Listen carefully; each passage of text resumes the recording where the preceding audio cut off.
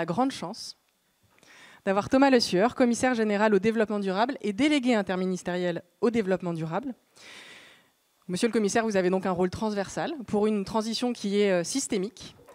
Vous mobilisez la recherche, l'innovation, la technologie au service des transitions et vous soutenez les acteurs économiques qui souhaitent placer les enjeux de durabilité au sein de leur modèle économique. Alors ça résonne évidemment fortement avec ce que nous menons avec le programme Shift Lab.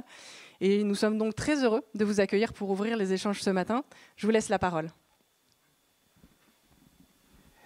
Merci infiniment. C'est un grand plaisir d'être présent devant vous ce matin et puis d'intervenir après la ministre qui, je crois, vous a délivré un message très clair et très fort, un message de confiance et d'enthousiasme.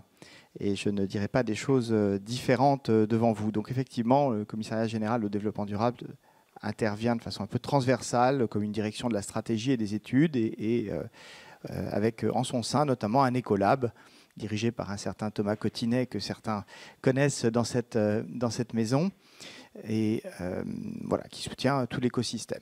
Je voudrais vous dire quelques mots pendant ce petit temps qui m'est donné au début de votre journée et de ces travaux sur ce magnifique thème que vous avez choisi autour du design au service de l'impact pour vous redonner quelques éléments de cadre, parce que ce cadre évolue et il est complexe, sur la loi climat et résilience et finalement ce que porte le ministère de la Transition écologique et au fond l'ensemble de notre société. Alors je ne vais pas vous décrire par le menu la loi climat et résilience, mais c'est important que vous ayez quelques repères à l'esprit parce que la ministre vient de le dire, c'est vraiment une transformation globale que nous devons opérer. Nous sommes dans un dynamisme économique qui est celui de l'économie linéaire, de l'économie classique de marché, la recherche du profit et l'absence de prise en compte des enjeux environnementaux, sauf quand ils redeviennent un mécanisme économique, c'est-à-dire qu'ils coûtent.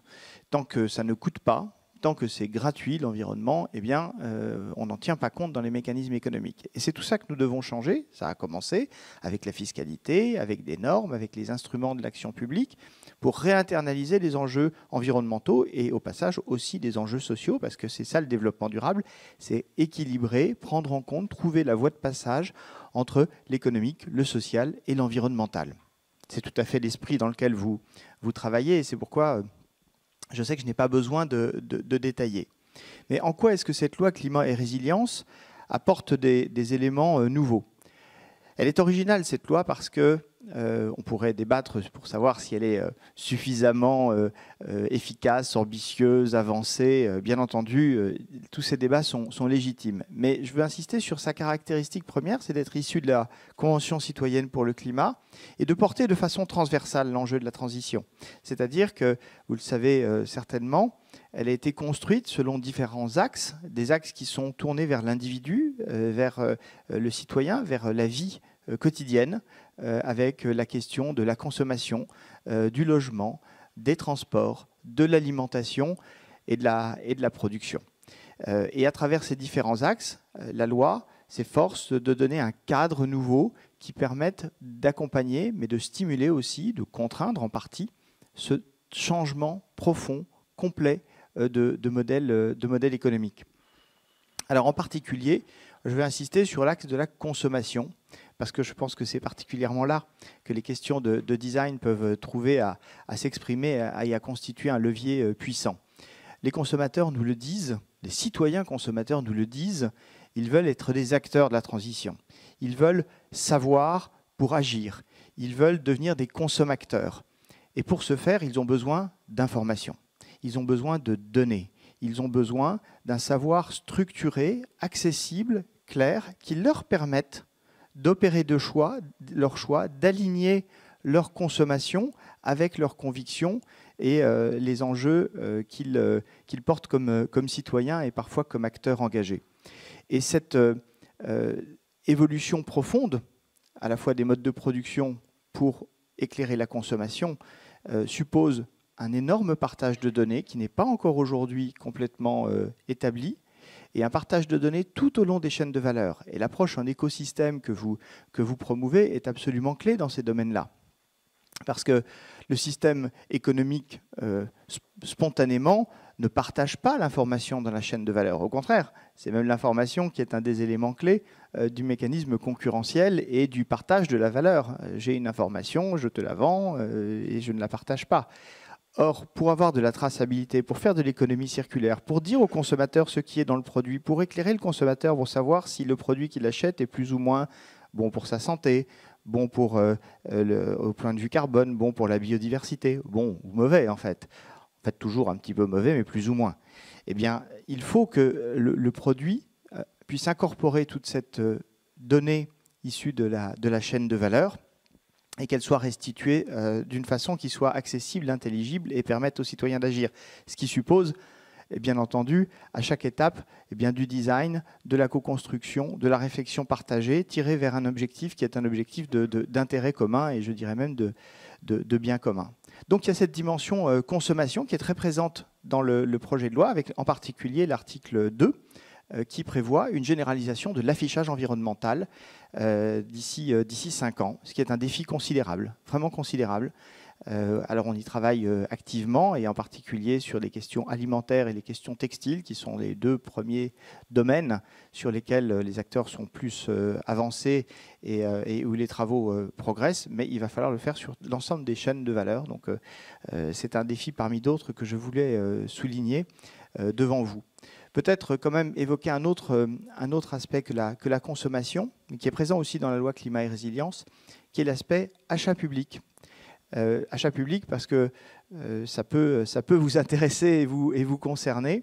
Sachez que la loi a prévu, d'ici 5 ans, là aussi, progressivement, une généralisation dans toute la commande publique. C'est quand même 200 milliards d'euros par an.